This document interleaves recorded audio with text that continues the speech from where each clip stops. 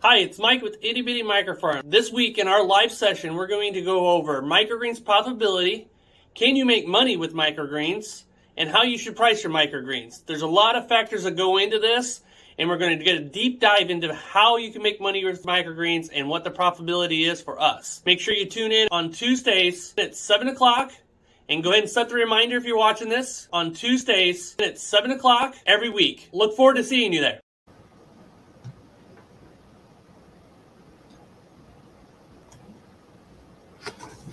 All right. Can you make money with microgreens? And what is the profitability? We're going to get into that right now. So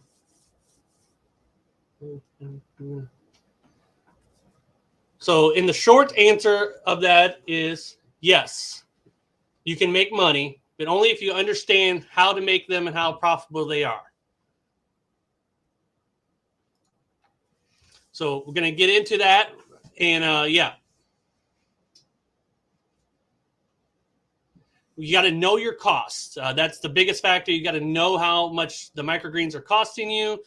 All the important costs: soil, lights, water, everything. So let's go ahead and.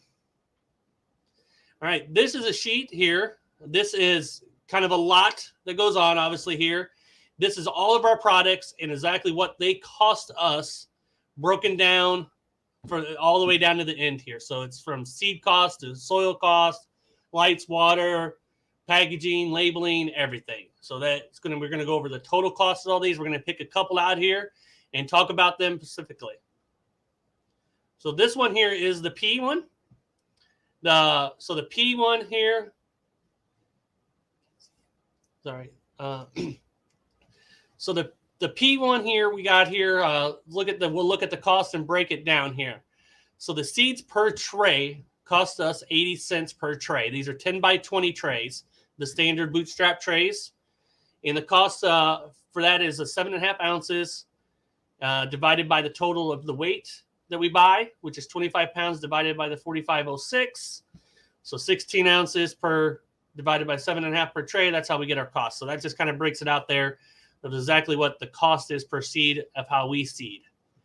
And then the soil cost is for 3 liters of soil, which is roughly what we use per tray, is the 3 liters per soil. And then the lights there is calculated by the kilowatt hour used for us.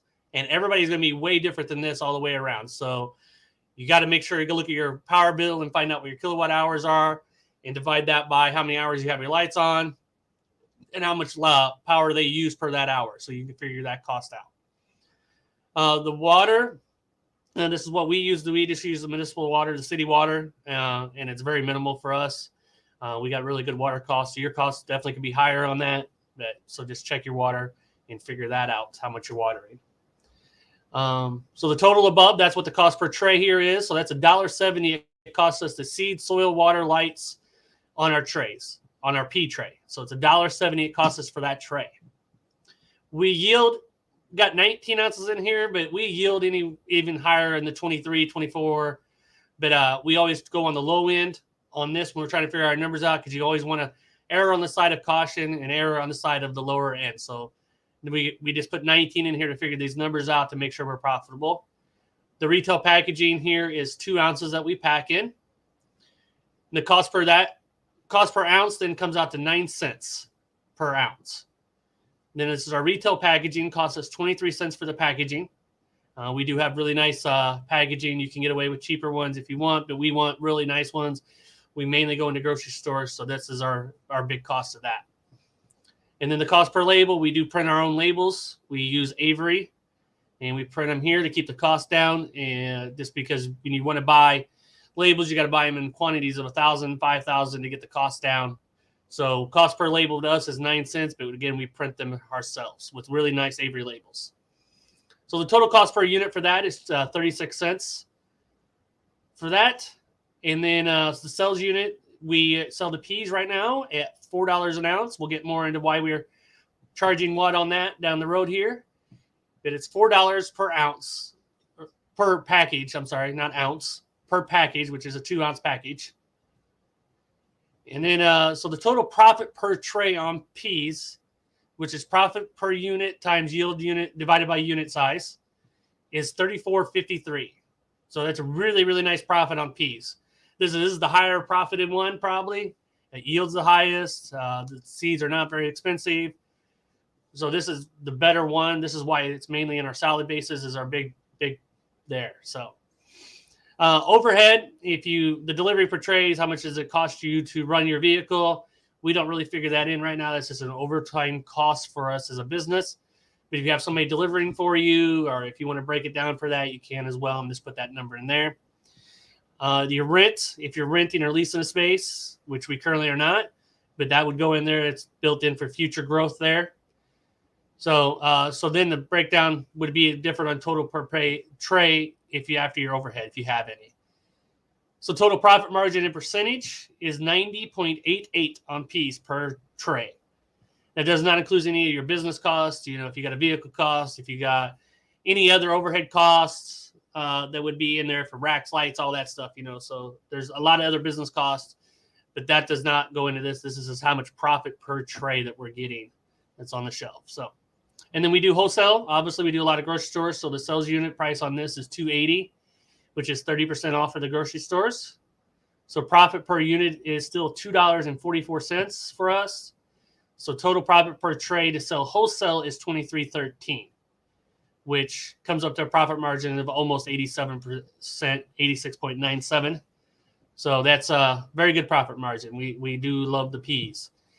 So total cost for the seeds, what I said was $42.91. So that is the total cost for the seeds that we have there. So so that's our peas, and that's the breakdown of that. So we're gonna one too many there. Right? No? Okay. Okay. All right. This is our crunchy salad breakdown. This is one of our mixes. So that is the cost per unit varies on the sheet here. We use sunflower, peas, and broccoli in this. So that's what breaks that down into that category there. For the total food cost, each variety breaks down into that. 24-ounce pack containers. Label cost is the same on this, obviously. These do cost a little bit more to produce overall. With labor assembly alone is 3 times more, but they do sell. So that is they are our biggest sellers at the farmers markets, at the grocery stores, all that. These are our biggest sellers for sure. So, yep.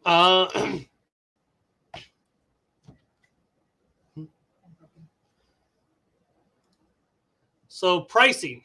We're going to get into the pricing and why we changed. We were charging $5 across the board for everything, but we decided to go ahead and we buying in bulk more now. So as we grow, they cost us less. So we're buying the seeds in bulk. We're buying the soil in bulk. We're growing using all the spaces on the shelf. So the light cost is better. So when all the cost gets better, you can reduce your price down a little bit, or you can start lower and do a lower profit margin. This is just the way we did it. So as the cost goes along, we're going to charge less and then pass that cost along to our consumers, the grocery stores, everything. So now we charge $4 for the individual varieties like broccoli, peas, sunflowers, and obviously the peas and sunflowers kind of help offset the micro mix and the broccoli and all that cost as well. So they just kind of over the rod, it helps separate the cost out. So so this is just an example here. The peas, if you buy 1 pound of peas from True Leaf, it's $6.71 for 1 pound. So, and you're buying in bulk, it definitely saves you a ton of money. So if you go to peas and buy them in the 25 pounds, which is the biggest you can get from True Leaf, you're going to pay $40.38 for 25 pounds, which is $1.61 a pound. Tremendous savings. That's a 76 decrease in price per pound just on peas. And that's where you can start saving yourself a lot of money. Granted, nobody buys just a pound of peas. I would hope not. But I'm sure there are people out there who want to start out in trials and make sure you can grow correctly. That's a good place to start. and get yourself a pound of it. The smallest varieties, make sure you can grow it before you do the investment of the big part. So definitely that. And now we're doing soil costs is tremendously cheaper because we are buying in bulk as well with that. And we get a 10% discount for buying in bulk. And the more and more we buy, we're actually going to get up to 20% discount. So as we buy more, we'll be even getting better on our soil costs. So also in your costs, you want to make sure that you are doing your market research. It's just not based on what profit you want to make. You want to make sure what other growers are selling them at and make sure you're in line with them. Because if somebody's significantly lower than you, it's going to be hard to compete. If you're 50 cents to $1 more, it's probably going to be okay. But you definitely want to make sure that you're within a range there that's not dramatically higher. We have gone into stores, we are higher than everybody else, but our packaging and our seeds and our product looks tremendously better. And they buy from us over them. So as long as your product looks good, you can actually even charge more. But don't go crazy with it. You want to stay within a range there. But now we're in the price range where we're right with the people that are charging the same price at $4 price point. Better for consumers. They're going to like that price point better. Your grocery stores are going to like that price point better. Your restaurants are going to like that better. And hopefully you will sell more is the game here. So more in quantity and make more over the bulk, selling more. So, yeah. So try to get fair pricing. Fair for you, fair for the consumer, fair for everybody. You definitely want to be in that fair pricing range and not overcharging and not undercharging. You want to make sure you're making money. So make sure you get in that fair pricing for sure. So fair pricing, we know what it's like to be a grocery store. Quality food can be expensive. We felt to have a better overall, much better healthy since we add microgreens into our daily diet. So we want to make sure many people get these as they can and eat them is our goal. We want to give more people opportunity to add microgreens to their diets so they live healthier lives as well. So the better that is, the better it is for everybody. And then they'll keep coming back and buying more if it's at a fair price. So in closing, this is what we think microgreen business can be a successful business and can be a great business and can absolutely be a profitable business if ran correctly and you know your numbers. You got to know your numbers and make sure you get out there and grow great product and dive into your numbers and know what they're like. So let us know what you think. Let us know in the comments if you're growing a successful microgreen business and how you started and where your pricings are at now. Have you lowered, higher with stuff going on? And where are you at with your business? So just let us know in the comments. We'd like to hear about it.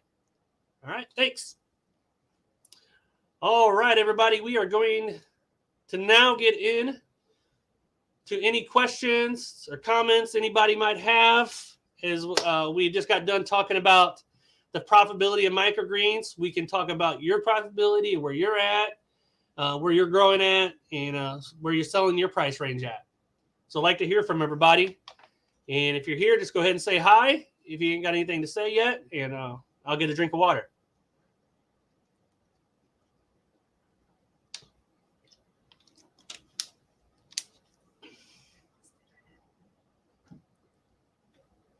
All right. We got a new layout here in the background showing the grow room back here.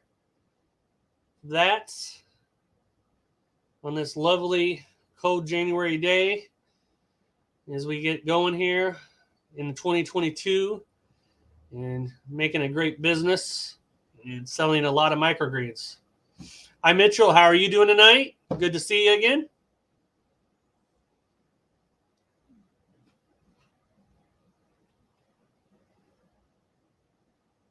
And sorry, we had a little bit of technical difficulty of trying to run a helper along in the stream today. That lost internet connection, so it was a little choppy in there in the beginnings. But hi, Joshua. How are you tonight?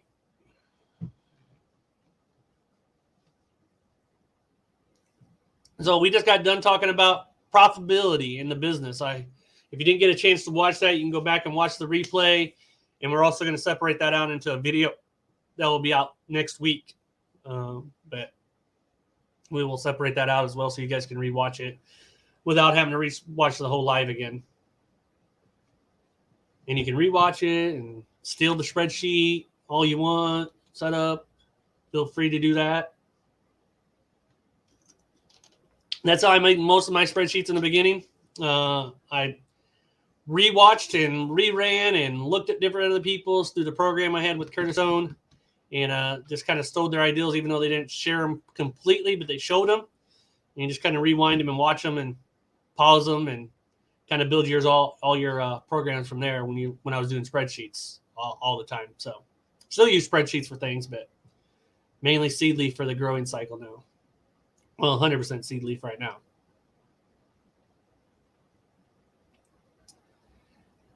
How's everybody handling the cold? I know it's Team Illinois in here right now, looks like. How's everybody with the cold weather? Everybody surviving? Do you guys get any bad weather up where you guys are at? Mitchell, Peoria area, Josh up in Chicago? How was your guys' weather over the last week? And did it affect your growing at all?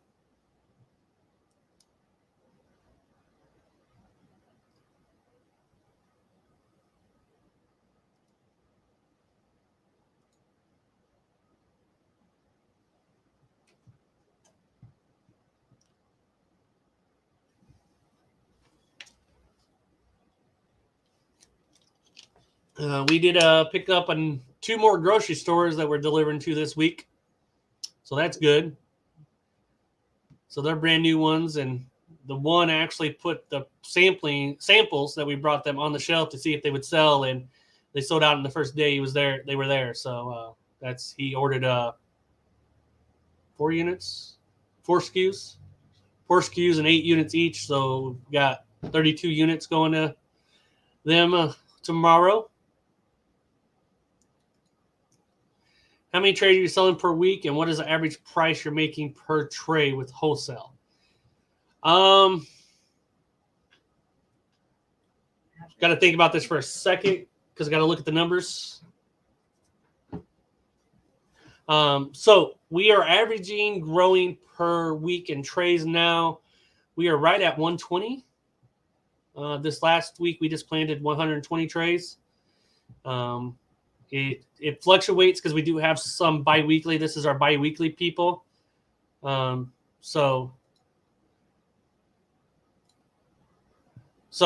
this is our bi-weekly people. So that's a little heavier on the trays. Not by much, maybe 10 trays difference. I mean, probably 5 trays actually difference. So fluctuates somewhere between 115 and 125 right now. So that's what we're doing. And the market, so when they come on board again, we will triple probably that business. So, and I'm having my wife kind of give me the numbers on what we average per tray on wholesale, and I will get back to you that in a second. Hi, Nasha. Welcome to the stream. Glad to have you here. It affects my grow area. My humidity is staying at 16. That's low. That is very low. You might want to get a humidifier, actually, to try and bring that up. You want to stay no lower than 30 to 35. I would recommend staying at. We did notice last winter when we were not growing as many trays that we had to get a humidifier in the room and get it back up to that temperature because it was so dry. So I would look at that and see about getting a humidifier for you. Kind of reverse from what you want in the summer. But if you grow a lot of trays, like we're at 120, 115, 125 trays, we have no problem with humidity. We still have to pull it out with the dehumidifier. So grow more. Grow more or get a humidifier. That's what I would recommend. It's cold. Well, my soil temperature is holding at 65. That's not bad. You're okay. And you're growing in the basement still, Mitchell, right? That's where you're starting at. So that should be all right. I wouldn't worry about that too much. 65 is pretty good. Have a humidifier and it's still struggling? Yeah. That's rough. Yeah. 18 to $22 per tray. Did I answer back and circle back to Josh's question about the average per tray? She kind of just because she's got the sheet over there and she ran it for me, and it's somewhere between about $19 to $21 per tray on average, if you average them all over the board, all the varieties that we grow in. So our goal is no lower than 20. That's what we try to stay at, and we're right about that. So 20 trays right now. That's good. How long have you been growing? When did you start? How far along are you in your journey? See if you could seal up the room with low humidity. Yeah, definitely sealing the rooms are better. As much as you can, definitely seal up the room. We definitely did that. We put doors on our open area and took care of that, and made sure that we had things sealed up. And with that, we still had to run that humidifier. But our room was quite big, so that we started in with only 10 trays. So definitely controlling that is good as best you can. Mitchell, yeah, I bought the trays, brought the trays upstairs, still germinating. What did you start with? You start with your radish? I know you were radish, I think, and peas, something else. I'm trying to remember. I think peas will grow in any environment. If you get speckled peas, they're amazing. Probably grow in anything, within reason, obviously, but peas are very resilient crop for sure. Now, started this year, just 6 months. Good. Welcome to the business. Definitely. It is fun and exciting. Where are you selling mostly to? Are you doing restaurants, grocery stores, individuals, home deliveries, farmer markets, all of it? Always like to see where people are selling stuff at. But we definitely had a struggle with humidity staying to a nice up, staying in that 30, 35 range when we first started. And we started growing in the winter. So when we first started, so we actually had to have the humidifier in our room. Radish, peas, wheatgrass, and broccoli. Good, yes. Broccoli is definitely my favorite. I eat that all the time. That's my main, probably one that I eat. I mean, I eat them all, but mainly broccoli is in almost everything. Online farmers market and my community. I work on pitching restaurants. Yes. If you live in a good area for restaurants, definitely is a good place to go. The high end of restaurants, if you're in that kind of environment to where you got a good density of them, I definitely go after restaurants and keep going in. Give them good samples every time. Keep going in every month. Keep talking to them. You'll eventually definitely get them eventually. That's how we do it. We just bug them without bugging them, being nice about it, showing up at the right times, and getting in there and talking to them, and keep your presence there, because you never know a microgreen grower that currently might grow a bad crop that week, that you're in there and you're showing them the great products, and they like, bam, let's just switch. She's in here all the time. We know she's going to get great products, so let's do it. Always, and if you're going into restaurants, if you guys aren't in the restaurant business or you don't go in during lunch and dinner, that 2 to 4 range is the best time to go in. So definitely want to stay within that. Any tips on getting home delivery customers in the dead of winter? I haven't had much luck with paid Facebook ads. How are you doing your Facebook ads, Joshua? Did you get a program that helped you with that? Did you click funnels, Carter Stone program? Or are you just doing them on your own? And what's your target marketing? Definitely recommend target the veggie groups, the vegetarian groups, the foodie groups on Facebook in your area, anything like that. Make sure you're targeting the people that are in that group. And once you figure out your demographic of what you're going after, make sure you're targeting to females, because that's who mostly makes the decision on buying groceries in the household. Not 100%, obviously. Some men do that as well, but that statistically, we're talking here, women are the ones that are going to make that purchasing power for in the home. So you want to target them. Obviously, you don't want to be targeting the younger people in that aspect. For the home deliveries, you're looking at that 30-plus range, 30 to even upper. A lot of our clients are, for home delivery, are in the upper age as well, want to eat healthy in their later lives as well. So But definitely we targeted females and we target a certain section of income as well, because these aren't, be honest, low income peoples. They're not going, they may see your ad if you're just blinking it out there. But if you're targeting that income, 50,000 plus, 40,000 maybe even, you can go down to of income, and the female 30 plus, that's what we target. So, Veronica, hello, how are you? Hello, you ever tried growing parsley microgreens? We have not. We grow herbs to sell at the markets. So we do the basils. Do we parsley? We've done parsley. Cilantro, so a lot of the herbs that we sell as full-grown plants at the markets have not done parsley at all. But if you're going to grow them, I would say flat leaf would be my recommendation.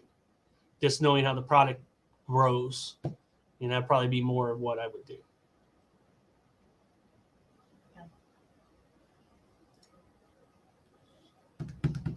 In Chicago, another Team Illinois. All right. We're going to build a whole community of just Illinois growers here, guys. And if you guys are from Illinois, if you're here, make sure you go to our local or our Illinois page for our microgreen growers. And I'll post a link here for you guys in the comments for that if you haven't got onto that Facebook page yet. We just started it not too long ago and going to get more and more active in it and get really active in that group for you guys and posting stuff over there as well. So make sure you check that Facebook page out as it comes up shortly for you. So yeah, it seems like most of the people that come to the lives are from Illinois here. So we like that. It's good. Team Illinois. And we can talk about our growing environment in Illinois for sure right now. And Chicago is definitely going to be a little drier than what it is here temperature-wise and humidity-wise. So definitely might seal the room off in humidifier. You might want to look in that or double your growth. And that would help as well. Once we got to 50 trays, we did not have to worry about humidity at all. So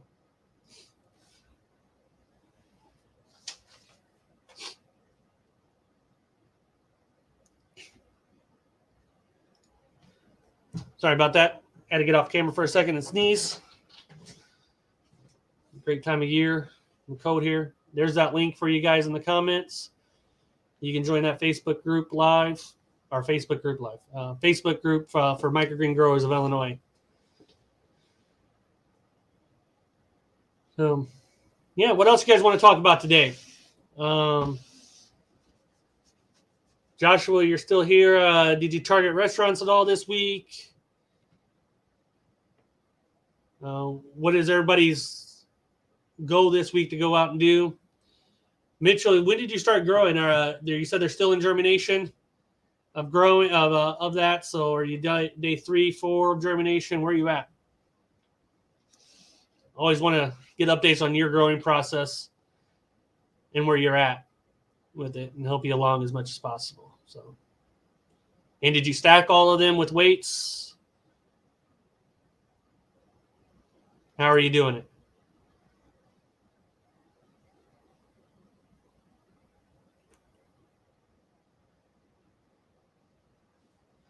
Planted on Sunday. So today's Tuesday. So day 2 or 3 here.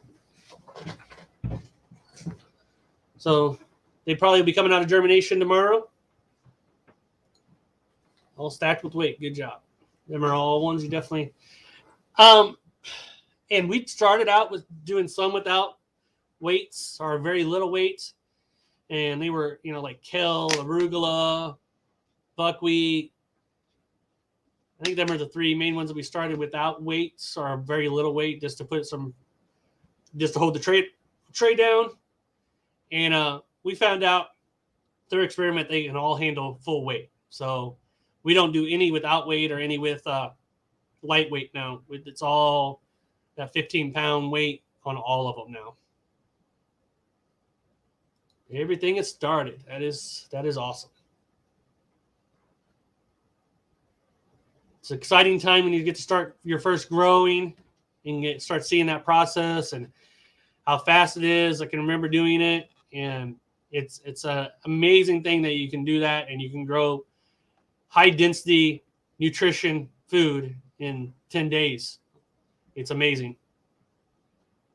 That's why I love this business. It's fast turnaround, and it's great food. It's great nutritious food. So, yeah, and you do have to adjust for the temperature wise, for sure. And if you know that, you know that. Like, and make sure you take notes as you go through this, guys. As you start going through your growing, take detailed notes of how long it takes to germinate, when you pulled it out, what was the temperature at the time, and if you got your humidity gauge in there, what was your humidity? All that stuff will help you down the line of grow, because it will change through the year as the temperature changes, humidity changes, your growing environment changes. So keep your notes to make sure, because you won't remember, to make sure when you go back through the season again next year, you can make some adjustments based off of that is again.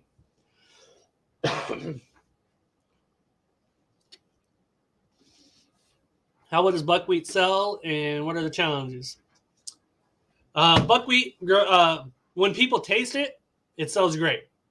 When people don't taste it and they don't know what it is, it doesn't sell as well. So if you can sample it at the markets, it sells really good.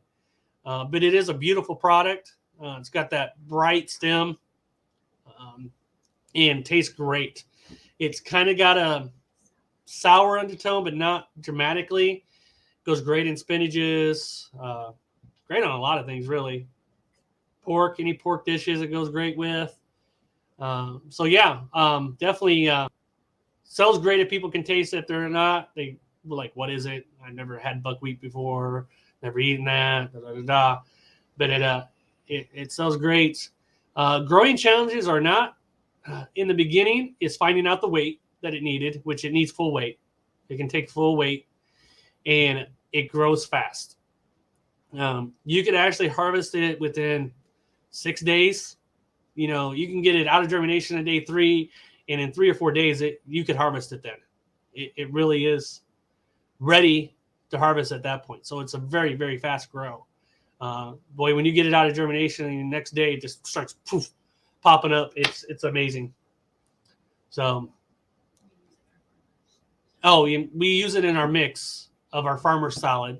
So that's what we mainly grow it for. But we do sell individuals at the market. We have one guy who loves it, that takes it every week as an individual one. But when we're at the markets and we can sample it, it sells great, and we sell out. So it sells great in that. I didn't wait we wait the wheatgrass, and it germinates for 2 days. Make sure you watch our video, Mitchell, on that. Make sure you watch our wheatgrass video on how we do it. We do grow it in the 5x5s, but you can use the same practice on the full length tray, because it's a full length tray divided up about 5x5. So you can use the same practice on a full tray if you're growing it on a full tray. Make sure you go back and watch our wheatgrass video if you haven't yet, because that has some good tips in it. But 2 days germination, 2 days. Maybe 3 with your weather, maybe. You don't want, this is a crop, the wheatgrass, you don't want it popping up and pushing the trays up and all that. You're just trying to get the seeds to get into the soil and get anchored to that soil. So 2 days, pull it off. As soon as you start seeing them sprouting, they're ready to come out. Don't wait till they're starting to push up or anything like that.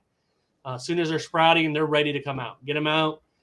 If you leave them too long in there and they're weighted and they got stuff on top of them, they're going to start chance of mold then on them. So definitely watch that video.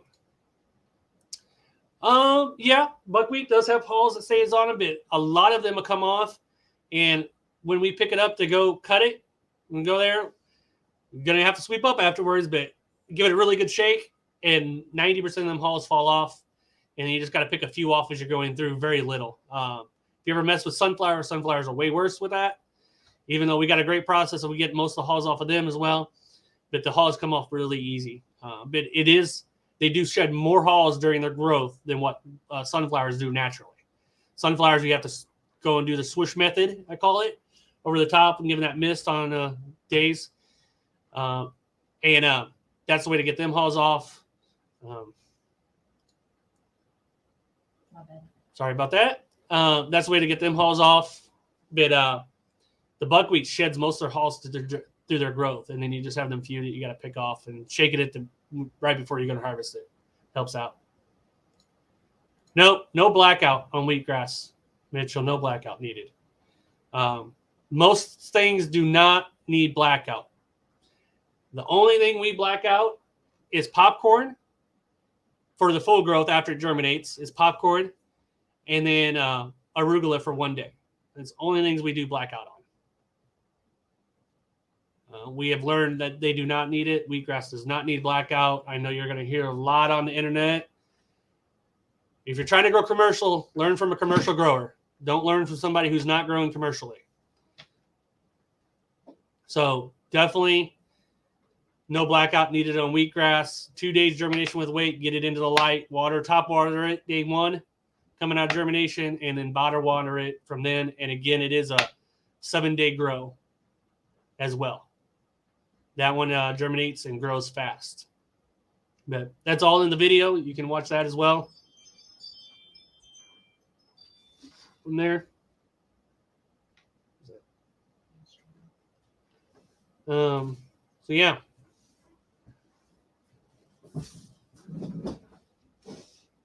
All right, Joshua, do you have mold issues with popcorn? It seems like it'd be prone to due to no airflow. It is very prone to that. Some days we on the popcorn, sometimes we have some issues and you have to spot spray it when it comes out of the germination, and it's 4 days germination on the popcorn. When it comes out of that germination, sometimes we have to hit it with that, but after that, it's good. Our germination room, you can see behind us here. You can see it in one of our videos if we could show it on the leaks. I'm sorry, I said we didn't black out leaks. We also black out for 2 days, but that's the only other one. And we just put it right there. So that instead of putting a dome on top, this still leans for some airflow with darkness.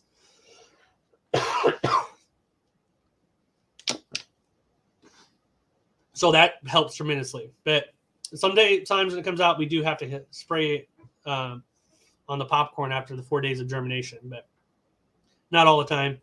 It's really during the summer months and you got high humidity you're trying to control and stuff like that. But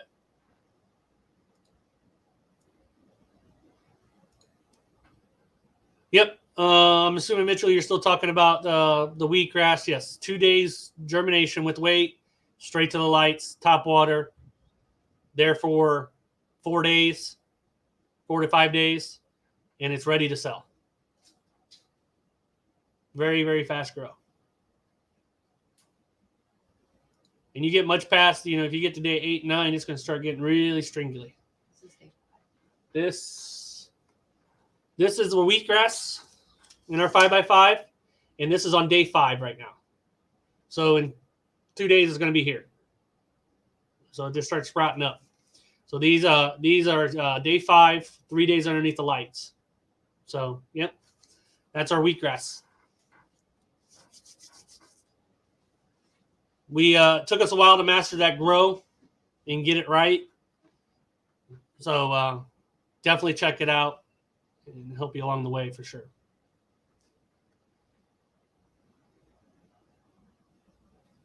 But popcorn's a great grow. It's a fun grow. Great seller to restaurants. They love it. People they use great decoration on it because it's got a nice hard stem and it can stick up in dishes and everything else. So that's mainly where we sell it at. We got a couple clients, home deliveries that take the popcorn, but mostly the grocery store. I mean, not the grocery stores, the restaurants that take that. So thanks for posting the leek grow. You're welcome. Yep, leeks are a very struggle one in the beginning for most people. Once they dry out, they're dead forever. Yeah, got to keep them moist to a nice balance. And we put about 1.5 cups of water in them to let you guys know. I don't really share that because everybody's grow room is different. Your environment's different. It's going to be drier. If you don't have high humidity, you're going to need water more.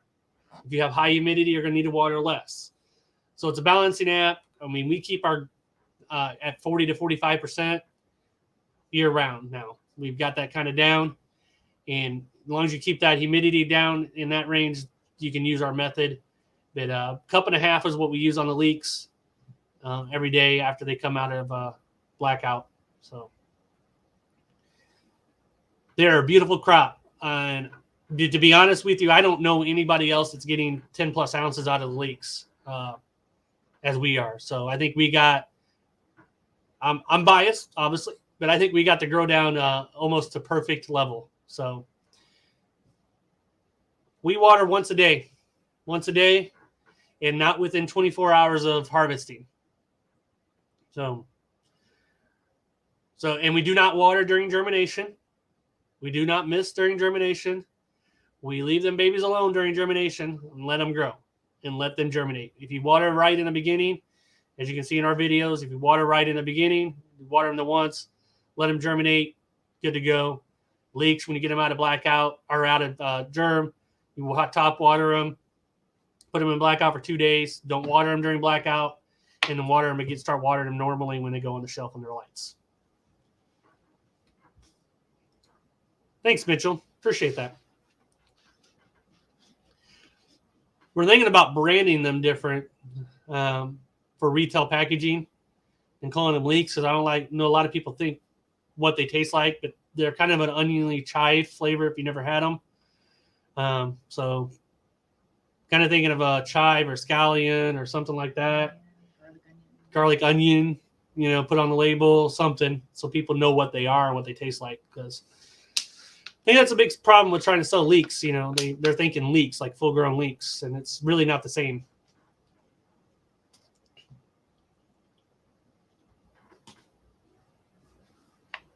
But yeah, it took us probably a good 6 months to get that grow down to where we want it, with a lot of experiment. And I'll do all the experiment for you guys. If there's anything that you guys are looking for on a video, let me know. We got some in the can. We're still production, getting out, or releasing one new video of grow or how to every week here on the channel. But I definitely could put other ones in there if you want. If there's something that you're looking for and we're going to grow, definitely looking to help out. So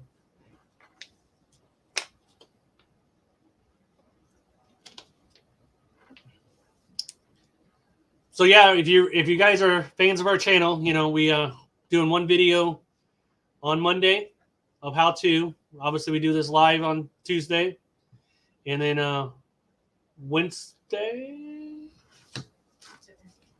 we're doing the replay of the short from the week before on just the beginning aspect of it, like we did today on the profitability of microgreens. We'll put that back out on next Wednesday, not this coming Wednesday. And then we do a short video as well on Thursday. So less than 1 minute grow. How to grow something under 1 minute. Under 60 seconds is what we do on that. And then if you want to check out the full length video after you watch that, you can go do that as well. But that's our scheduling for putting content out along with running the business. So very busy with putting content out and very busy within the business and growing the business as well. But I want to help out as many people as we can in their microgreen growing journey and keep people growing. We need more microgreen growers and more microgreen growers doing it the right way. So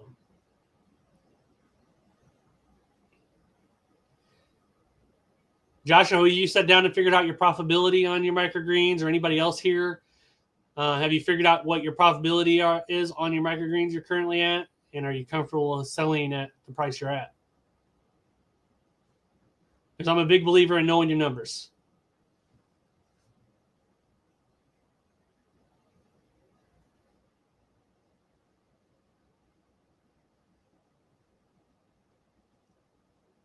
Know your numbers. So you got to know your profitability.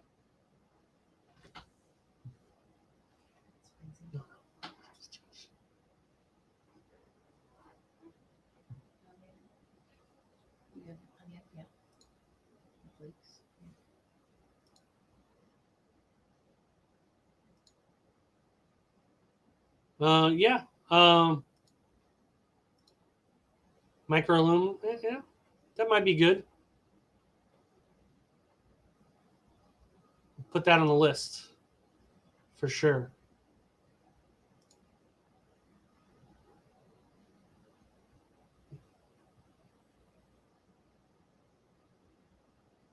I have it figured out, but I don't have it memorized. Yeah. Definitely don't have to have it memorized, but just make sure you have it out, figured out, and make sure you know what your profitability is and what you can sell it at. We do have what we use. I'll go back through this real fast here. This is our spreadsheet that we use for all our grows, and what we sell them in, and what our profitability is per item, per tray, wholesale and retail. So knowing your costs there. So that's what we do. I love spreadsheets. My wife makes fun of me all the time about having spreadsheets, and then I love spreadsheets, but they're great once you set them up. You got the formulas in there. You can just plug stuff in, and it figures it out for you as long as you put the right information in. And so I love them. There's that. Is that a spin? I think I'm going to... Mitchell, you never have enough trays. Never. Anybody that's in this business, you never have enough trays. Good rule of thumb is 3 times of what you're growing. So if you're growing 20 trays, you need 60 sets. Plus, you need trays to go on top for germination. So if you're doing 60, that's 10 stacks of trays with weights on them. So that's 10 top trays for weights. So if you got 20, you need 60.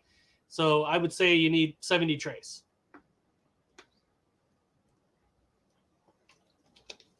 And trust me, we found that out the hard way. And then we go to the local store and buy some flimsy ass trays, and have to use them for. And only we use them for was top weight ones. We had enough trays. We just forgot about the top weight once we started to keep growing in the business, and we're like, wait a minute, we have nothing to put on top. So we had to go get the deep flimsy ones put on top for the weights. But it worked until we got our next order in, and it helped out. Yep, no problem. You're welcome. I'm assuming, oh, good Lord, as to how many trays you need. So, yeah, we currently, with our grow, we plan on 150 trays just to be on the safe spot. So, 450 trays plus some toppers.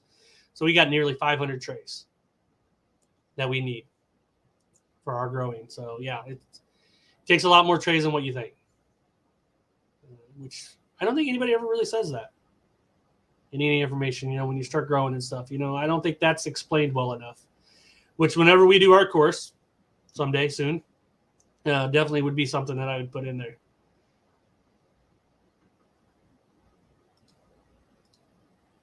We mostly have restaurants since there are no winter markets. Yeah, we average about $17 per tray when we calculate everything. And I'm sure, Josh, that average will go up as you can reduce your cost by buying bigger bulk of stuff. Unless you start out with big bulk. But as we grow, we grew slowly into this, and then bought in bulk, obviously, and keep on reducing our costs that way. So, and then our average tray costs, our average profit per tray went up. I believe you should be targeting $20 per tray minimum is what I think you need, with all the other costs and factors that are in there to make it a good profitable business. You could probably still make some profit at $17 a tray, and as you grow and you do better and you get better yield, like right now, one of our main focuses on how much yield can we get out without any issues on a tray. So like peas right now, we're experimenting with more seeds in there, and sunflowers as well. More seeds per tray, and the yields and how high can we get them without having any mold issues or growth issues or anything like that, and finding out that perfect balance. Because if you can get more yield out of a tray, you're using less soil, less water, less lights, less space on your rack, so you can get more trays on there to grow your business even more, and you can use less trays then. So that is my focus on the trays right now, or on the growth right now, is to push the yield as high as possible. In a sneak preview right now, we're averaging 25 ounces on peas in our new growing method, and our sunflowers we're averaging over 22, right around 22 ounces on our new grow method, but we're not ready to release how to do that yet because we're not 100% on it yet. I haven't had any issues, but we want to grow a while before we do, because sometimes issues can pop up 3 or 4 weeks later on your growing. So a bit. Them two crops are the ones we're probably going to push and see what growth we can get out of them, what yield we can get out of them with and maximize that yield. The smaller varieties, we're probably not going to do that with. I think we got them pretty dialed in with the broccoli, the kale, the radishes, arugula. Not touching arugula. Arugula is where it's at. Got perfect on that, and we're good. We're not pushing that at all. So it's mainly just the bigger varieties that we're pushing to use less space, because we're growing 40 to 60 trays a piece on average a week. So that takes up a lot of space. So if we can reduce that down to 30 trays a week, frees up some space and less soil. So it's kind of our focus.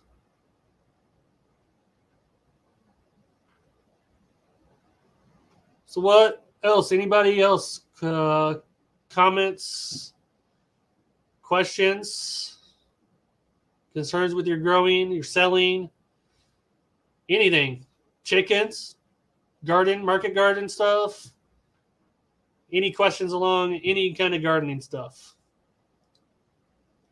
I'm still trying to sell my partner on this business idea, so I need to learn the spreadsheets to show him.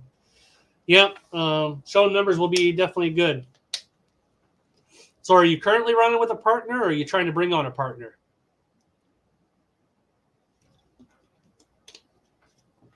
What's your like that? You guys starting this off together, or is it just trying to bring somebody on?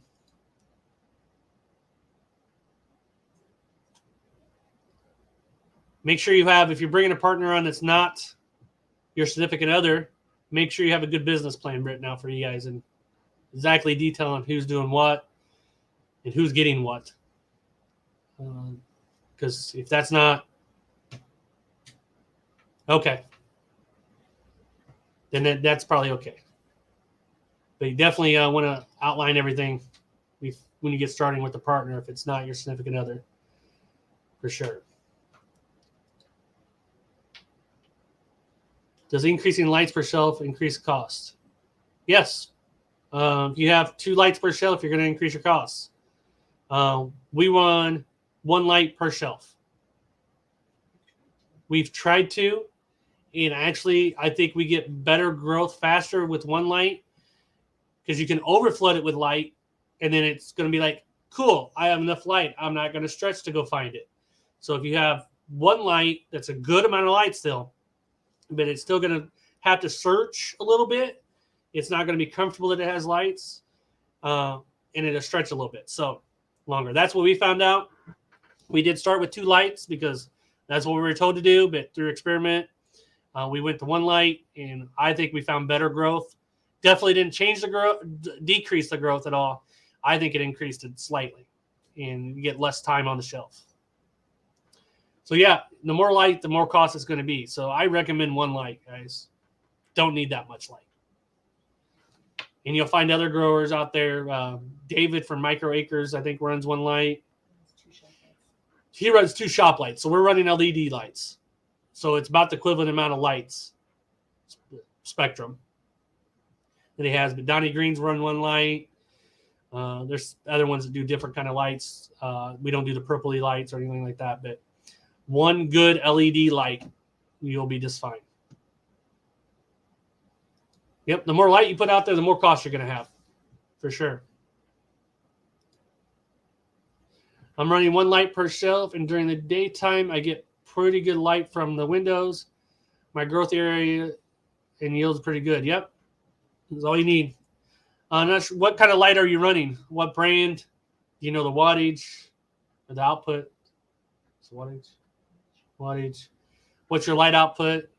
Is it LED? Shop light? What kind of light are you using?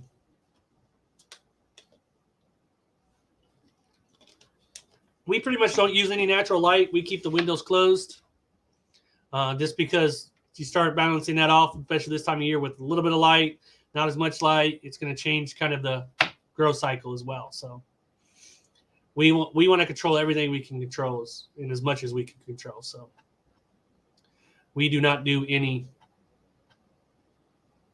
other light source on them. Just the LED lights, and one per shelf.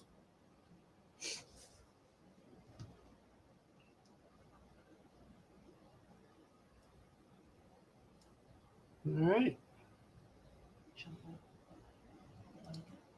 Bought from Home Depot LED. They probably work just fine.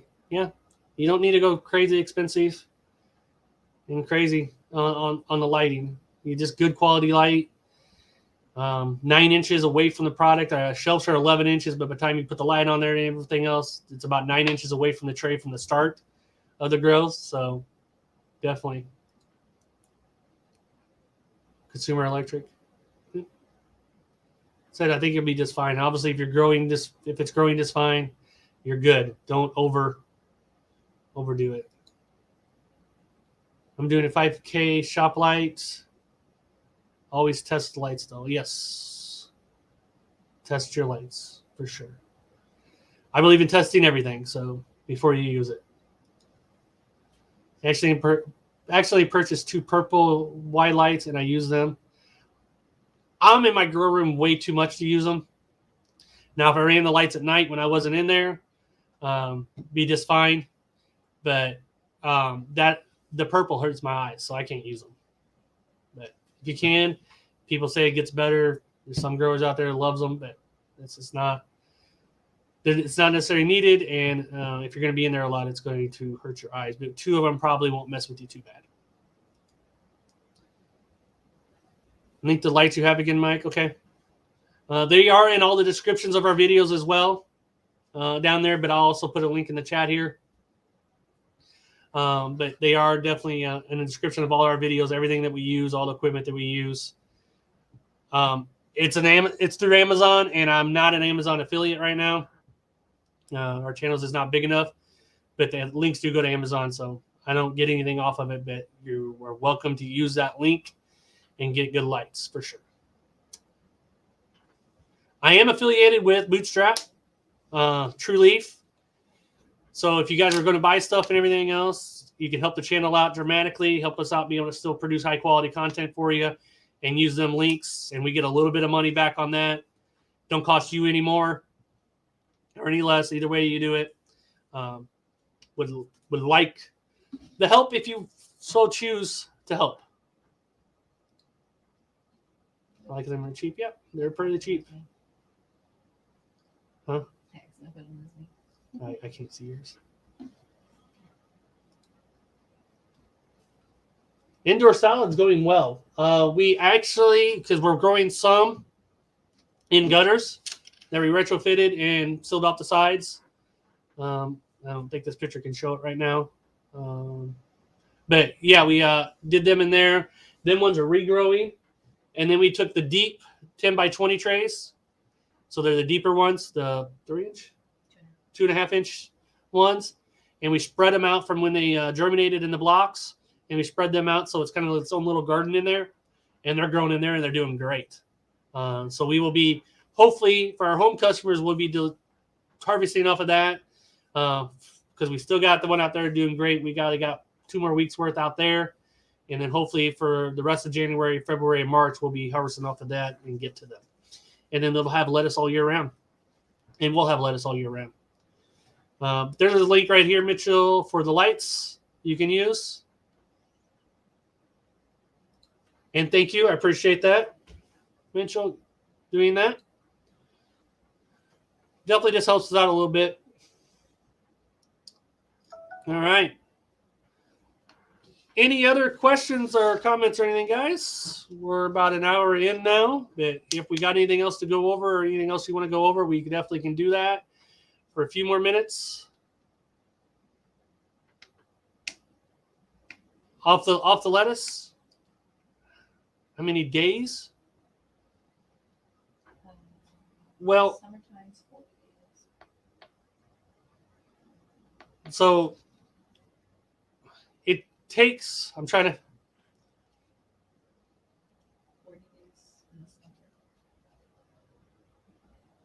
these are cuts. 3 cuts. Yeah, so when we plant the lettuce in the garden, I'll just go over that because that's and then I'll go over inside. So in the garden, it takes 40 days from the time of planting to grow for the first cut. And then every 2 weeks for 2 more cuts, we can get growth out of them. It goes down, there's like 70 to 80% to 50 to 60% on the third cut. But you still do get them.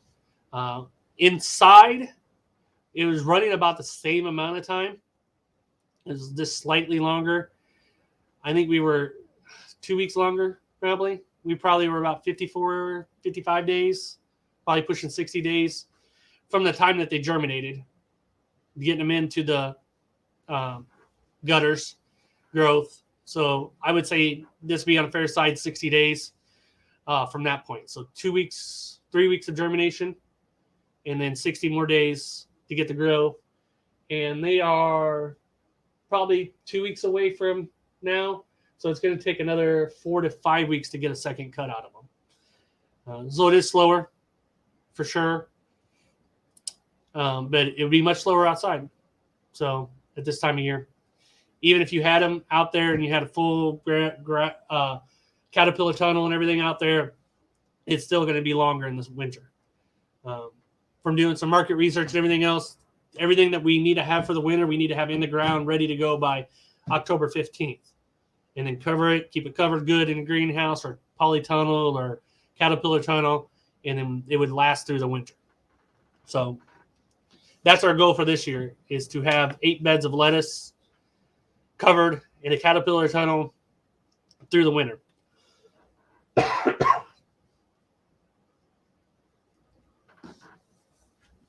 So yeah, that's our kind of date maturity level on these. And the ones that we're growing in the 10 by 20 tray spread out, kind of their own little garden there. We just started doing that to see how that is going. But so far, very well.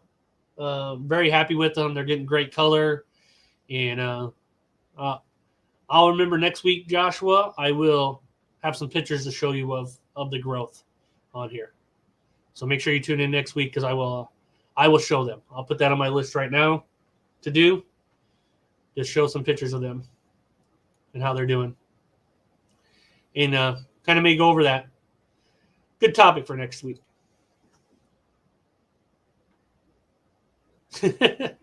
Oh, you got to love the Karens, right? Yeah. We don't have any restrictions where we live, really. I mean, we have chickens. We're in the city, and we have 35 chickens. So we're lucky. We don't really have any restrictions or anything else. And we live in a subdivision, but we do not have a homeowners association. It disbanded, which was the greatest thing for us, that we could do kind of what we wanted to do. So we are lucky in that aspect of things. So I am putting full caterpillar tunnels in by the end of next year. Next year. It is next year. Crazy. So by end of this year, we will have caterpillar tunnels in the backyard garden, the market garden, for the 8 beds. And I don't really care what the neighbors think, to be honest with you. When they need food, they know where to go, right? And actually, one of our neighbors is a manager of one of the restaurants that we service to. So one of the restaurants. So it's kind of funny. He moved in after we started doing this business. He's fairly new, 6 months or so of living there. So, but yeah, it was kind of funny to find out he was a manager of the restaurant that we deal with. So one of them. But yeah, I would do your research and find out what exactly you can and cannot do, and just call who you need to call in your city, your subdivision, or your homeowners association if you have any of that, and do your research beforehand and make sure it's okay. But I don't think anybody would say anything if you do a garden wherever. But when you start putting structures up, that's when you might have issues if you're not allowed to. So best thing is to go to the city and see if you can get a written thing that you can before you get any neighbors, pesky neighbors coming over and complaining, and then you can be like, I can do it. Here you go. Thank you. Have a good day. But yeah.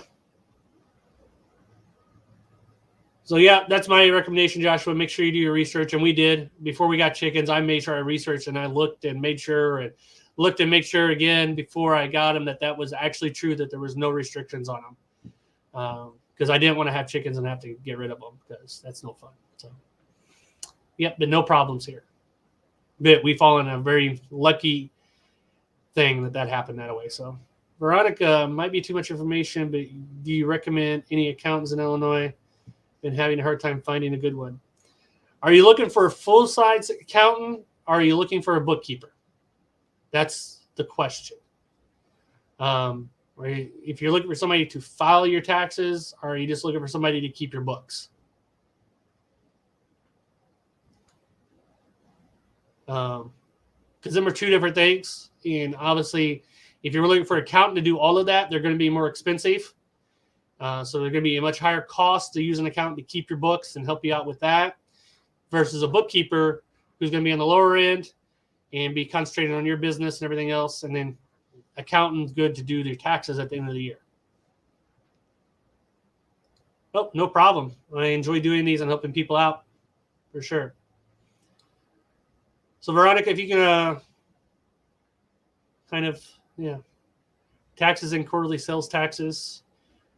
I think we are handling our books, keeping pretty well. I would recommend, if you're looking for that, my recommendation is to find a good bookkeeper. I can recommend one. It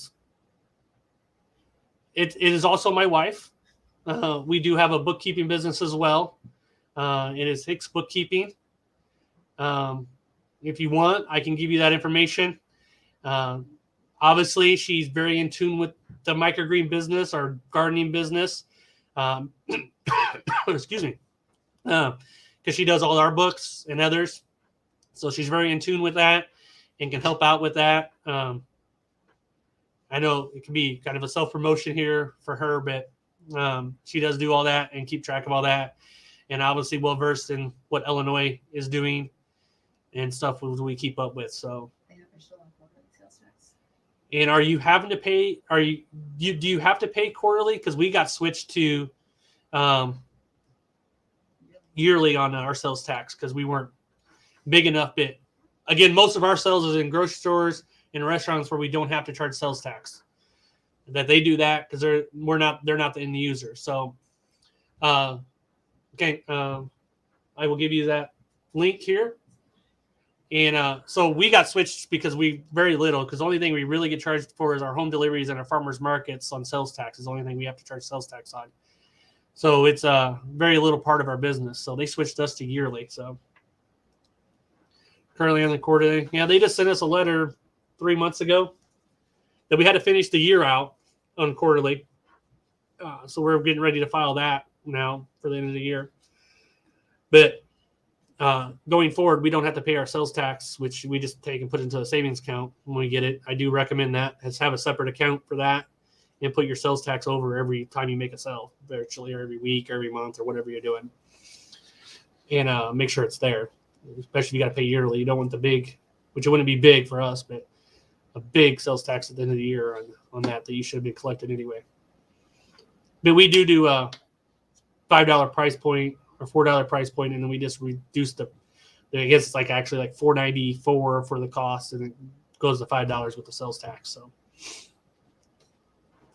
and if you guys don't know, you are grocery sales tax, not the regular sales tax.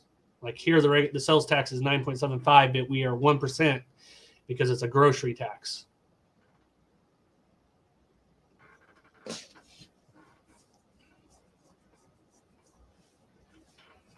Post that link here for you just a second, Veronica. We'll get that. And any last minute questions on anything from anybody? But we are going to be hopping off here soon.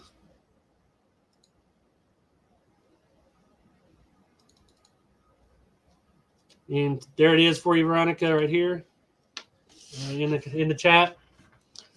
And you just go through the Facebook page there and contact her through there, and she'll be able to help you out and guide you along. So, and are you using QuickBooks? What are you using? Because she's QuickBooks certified for sure. So, and that's what I recommend you using. It's the easiest, I think. So, I've used QuickBooks for so many years. No problem, Joshua. You're welcome. Appreciate you guys showing up.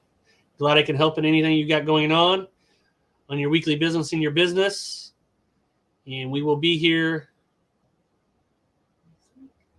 next week, every week on Tuesday at 7 o'clock. This week we talked about the profitability of microgreens.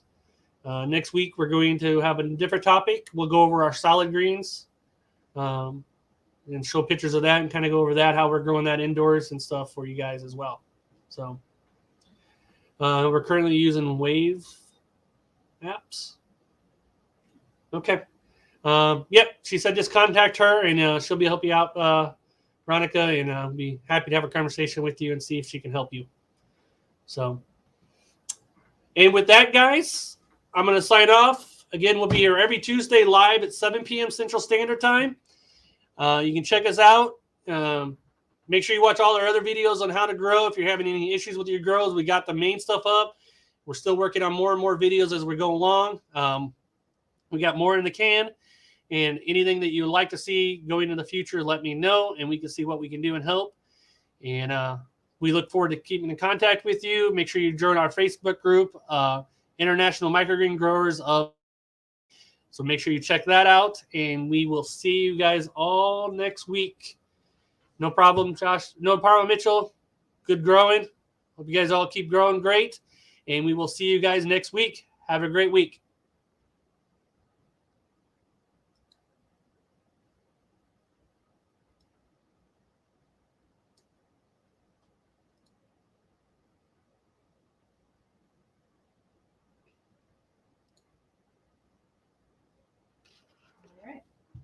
Yeah, this internet is so slow.